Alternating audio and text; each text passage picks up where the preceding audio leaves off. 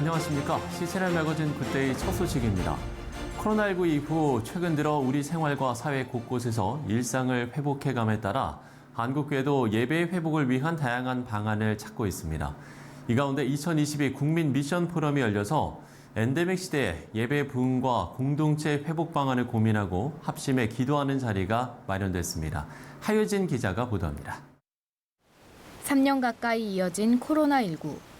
힘들었던 시기가 지나고 일상을 찾아가는 현재, 교회 역시 코로나 이전의 예배와 사역의 회복을 위해 노력하고 있습니다. 이 가운데 예배의 부흥을 도모하고 공동체 회복을 위한 방향을 제시하는 포럼이 열렸습니다. 지난 6일 여의도 CCM 빌딩 컨벤션홀에서 2022 국민 미션 포럼이 개최됐습니다.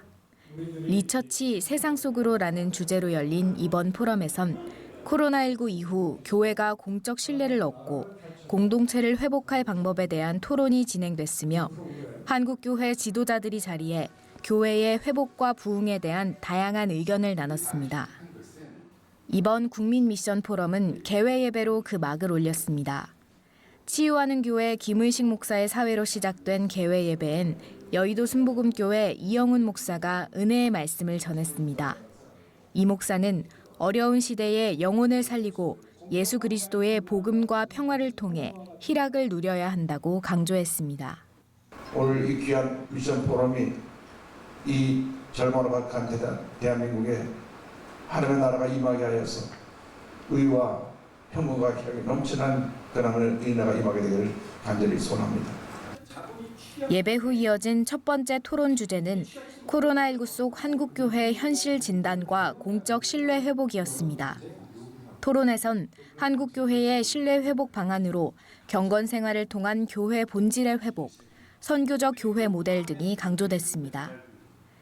두 번째 토론 주제는 엔데믹 시대 예배와 선교적 공동체 회복이었습니다.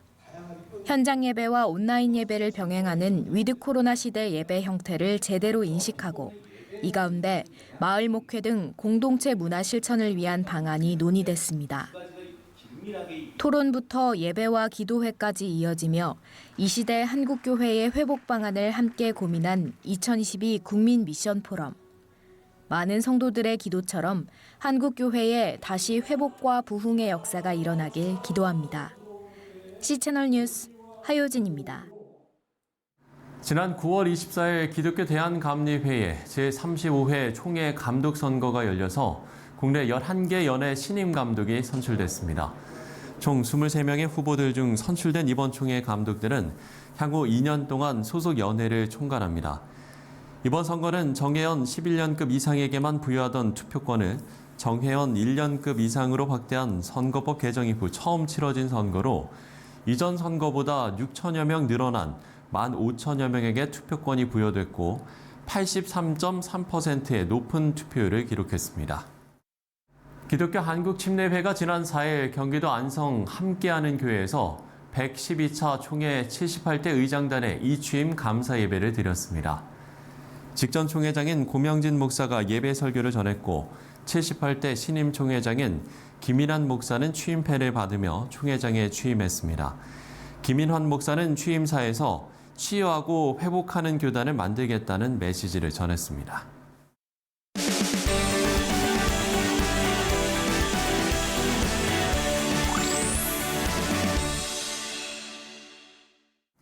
네, 올해로 한글 성경이 만들어진 지 140년이 됐습니다. 존 노스 선교사가 번역한 한글 성경으로 우리나라는 선교사보다 성경이 먼저 성도들에게 전해진 매우 특이한 경우가 됐습니다.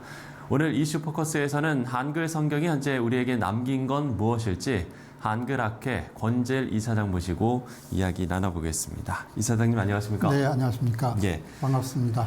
예, 반갑습니다. 자, 오늘은 이 10월 9일 한글날을 저희가 앞두고 한글 성경의 의미를 좀 짚어보려고 하는데 네. 먼저 이사장님이 속한 기관이 한글학회인데 이 한글학회가 어떤 곳인지부터 먼저 시청자분들께 소개를 해주시면 좋을 것 네, 같아요. 뭐 아시겠지만은 저희 한글학회는 1908년에 창립이 되었습니다. 네네. 올해로서 114주년이 되었으니까 우리나라 학술단체로서는 가장 오랜 역사를 가지고 있죠. 예. 일제 강점기를 거치면서 우리 말글을 지키고 가꾸어야겠다.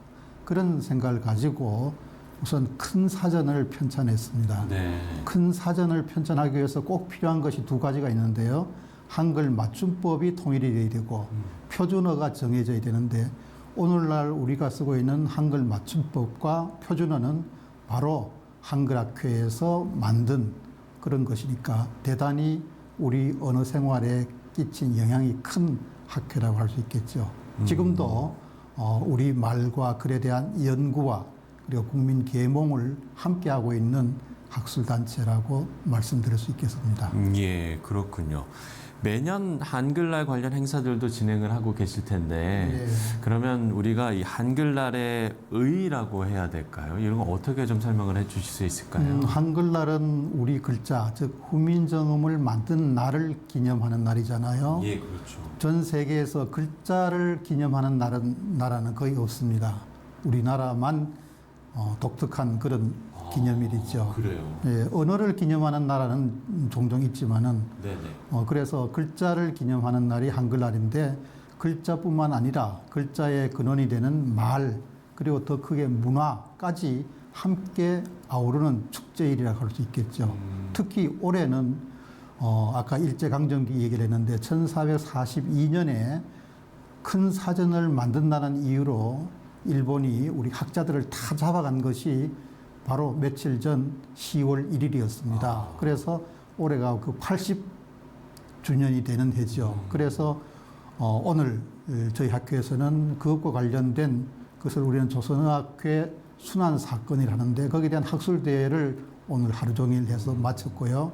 그리고 지난 10월 1일은 광화문에 있는 기념탑에서 선열들, 후손들이 함께 모여서 꽃도 바치고 행사를 했던 특히 올해 한글날은 그런 의미가 있어서 더 뜻깊다고 할 수 있겠습니다. 예, 그렇군요.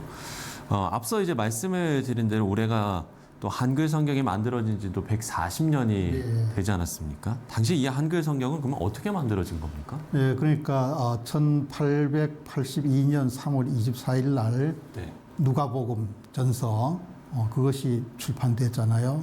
그것은 대단히 큰 의미를 가지고 있습니다.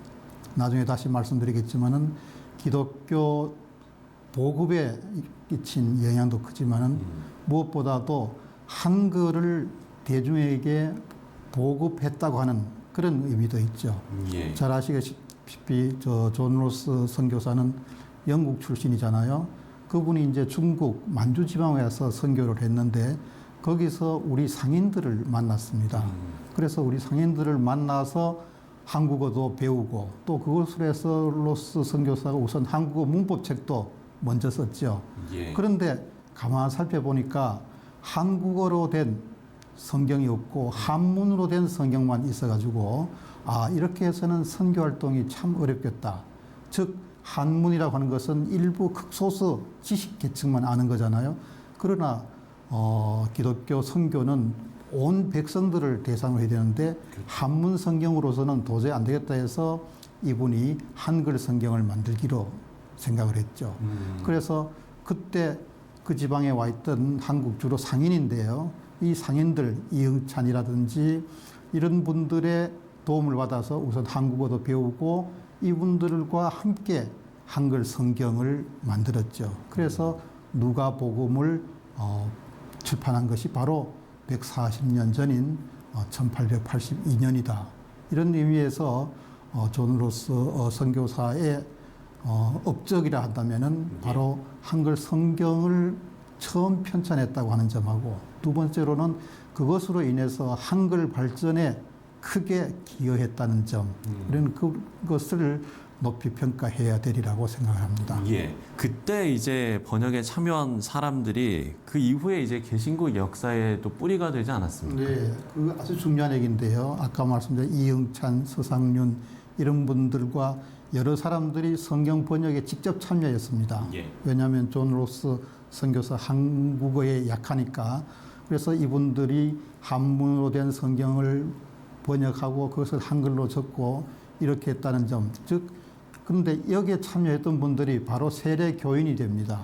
그래서 이분들이 성경 번역에만 참여한 것이 아니라 한글을 통해서 세례를 받고 거기서 그친 것이 아니라 예. 이분들이 그 번역된 성경을 중국에 있는 한인 마을 그리고 국내에 직접 보급을 함으로써 선교 활동을 했다고 하는 점이 대단히 의미가 있고요. 또 하나는 선교사들이 한반도에 들어오기 이전에 먼저 이 성경이 한국 사회에 전파되었다고 하는 점, 즉 앞서도 말씀하셨지만은 선교사보다 앞서 성경이 한국에 들어왔다는 점에서 이 성경의 의의는 대단히 크다고 할 수 있겠습니다. 예. 또 하나 의의를 더 든다면은 앞서도 말씀드렸듯이 저희들 입장에서 보면은 이것은 기독교 전파의 씨앗인 동시에 한국어 그리고 한글을 일반화하는데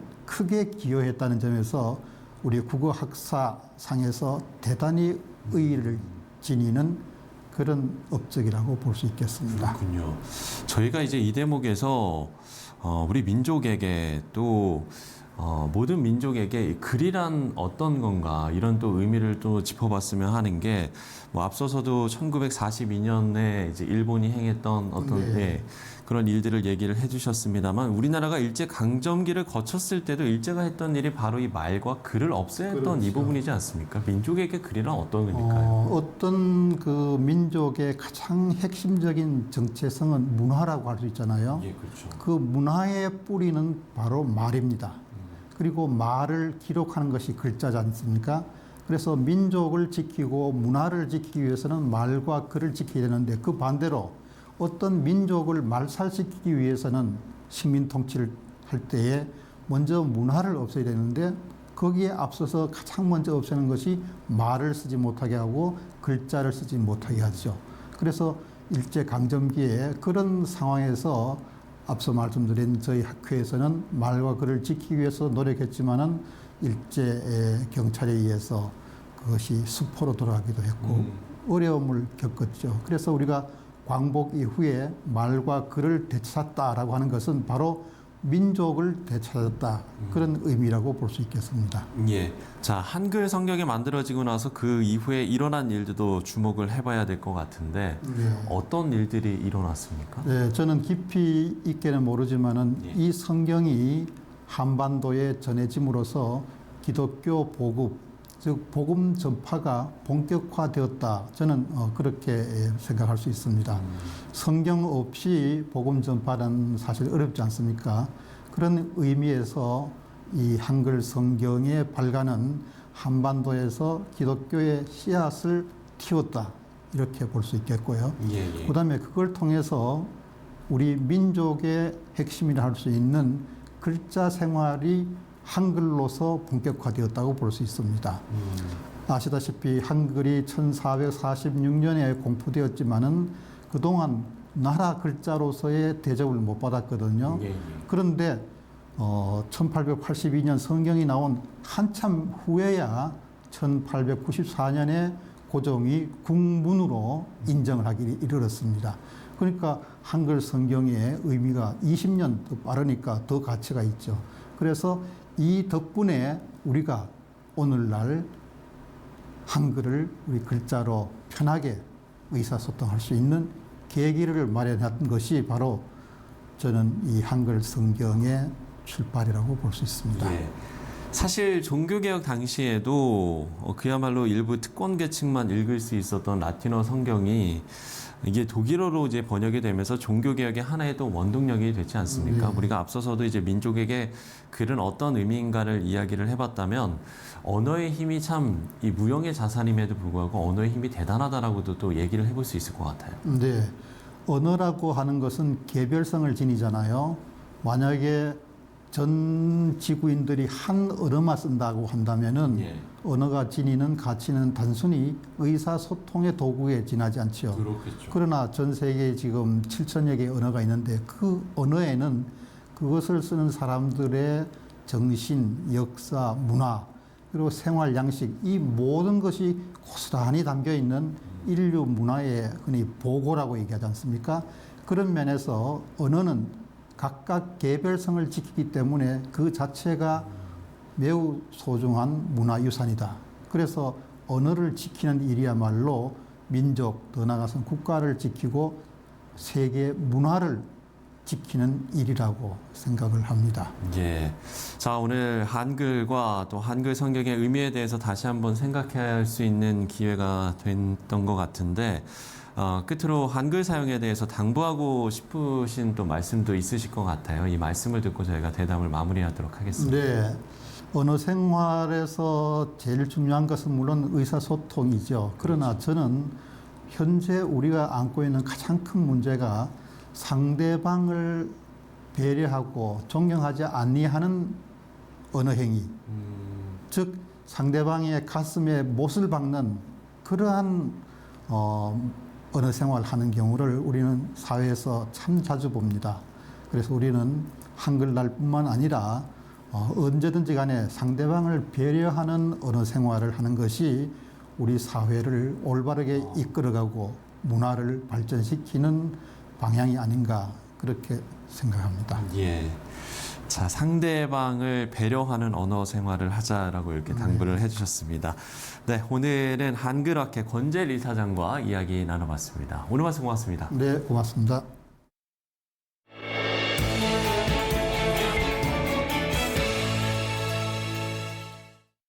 네, 하나님 나라는 말에 있지 않고 오직 능력에 있다는 성경의 말씀처럼 우리가 언어의 중요성도 인지해야 하지만 그보다 더 중요한 건 그 말이 실행되게 하는 하나님의 능력이라는 사실, 오늘도 기억해야겠습니다. C 채널 매거진 굿데이 오늘 순서는 여기까지입니다. 시청해주신 여러분 고맙습니다.